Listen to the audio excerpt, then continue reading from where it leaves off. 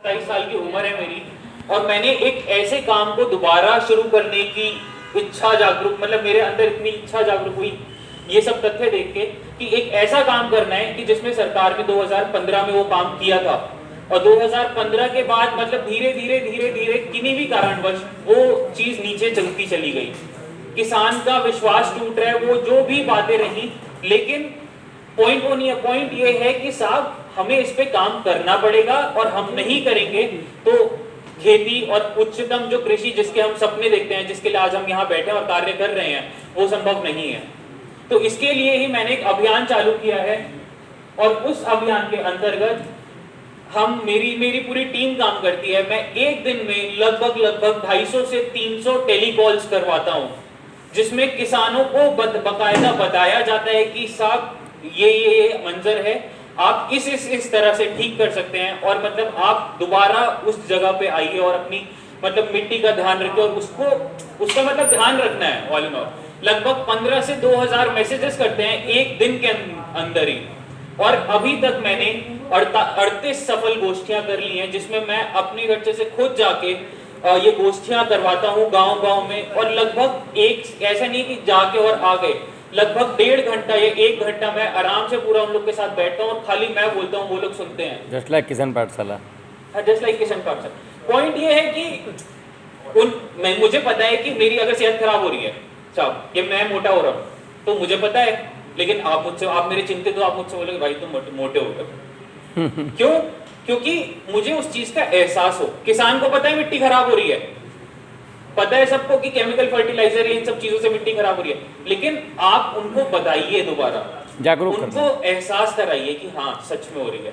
तो ये सब कुछ कोशिशें हैं जो मैं कर रहा हूँ और साथ ही साथ मतलब इसमें सुधार लाने के लिए कल की मीटिंग में कुछ बात हो रही थी श्रीलंका से रिलेटेड, मैं उस चीज को दोबारा नहीं उठाऊंगा, बट मेरा पर्सनल मानना यह है, और क्योंकि मैं रिसर्च में और शोध में भी रहा हूं, तो मेरा पर्सनल मानना यह है कि अगर हम ये सोच रहे हैं कि साहब ये केमिकल फर्टिलाइजर जो हम अभी खेती कर रहे हैं और ये जैविक खेती जिसका अभी सरकार मतलब वो दे रही है कि सबको कि जैविक करो जैविक करो जैविक करो, साहब यहाँ से यहाँ नहीं आया जा सकता, एकदम नहीं आया जा सकता। अगर आप इस चीज पे मान के चल रहे हैं कि आप कर लेंगे तो मतलब ऐसा पॉसिबल नहीं है, आप धीरे धीरे आएंगे।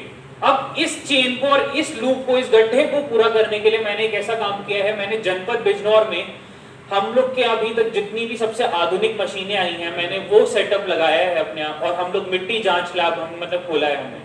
मेरा मानना यह है कि आप मिट्टी में जो अभी तक अपने अनुमानित तौर से डालते आए हैं, आप यहां से यहां सीधे मत आइए, आप पहले मिट्टी की जरूरतों पे आइए। आपने जितना डाया यूरिया अपने हिसाब से डाल लिया, अब तक डाल लिया, आप अब पहले मिट्टी की जरूरतों को पहचानिए, उसकी जरूरतों के साथ डालिए, जो कि मतलब मैं मानता हूं कि लगभग 90% किसानों के साथ ऐसा होगा कि वो जो मात्रा वो डाल रहे हैं उसमें कमी ही होगी, और जितनी मेरी अभी तक रिपोर्ट्स गई हैं उनमें सब में कमी है, और माइक्रो न्यूट्रिएंट्स में मतलब मैंने सुझाव बैलेंस फर्टिगेशन पे आना है। एग्जैक्टली। इसके साथ साथ जो मिट्टी की जरूरतें हैं, आप इसके साथ साथ ऑर्गेनिक कंटेंट बिल्कुल बढ़ाइए। क्यों? मुझे तो ये नहीं समझ में आ रहा कि साहब किसान कौन सी चमक में उसने केमिकल फर्टिलाइजर मतलब इतना भाग गया कि साहब हम अपनी जो हमारी सांस्कृतिक विधियां थी, हमारी कूड़ी की जो खाद थी, हमने ये सब चीजें क्यों छोड़ दी?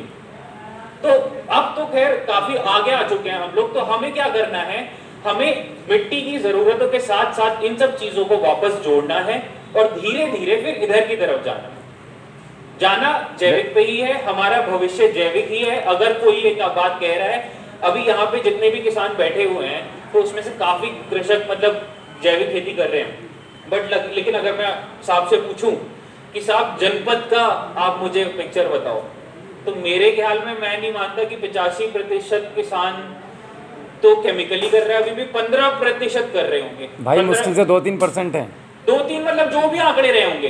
तो मेरी मेहनत है, मेरा जो काम है, मेरा काम उन किसानों पे है। तो आप लोग जैसे अपने अंदर सुधार ला रहे हैं, मैं चाहता हूं कि आप लोग आगे लोगों को बताइए, आप लोग ये आंकड़े उन लोगों से बताइए कि साहब ऐसा ऐसा हो रहा है और ये आज की कहानी है, और आज से 15 और 20 साल बाद पता नहीं क्या होगा। तो उसका इंतजार मत करिए, क्योंकि अगर एक बार हम वहां पहुंच गए तो पलटने का कोई रास्ता नहीं है।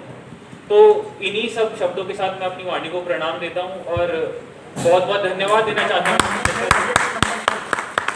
हाँ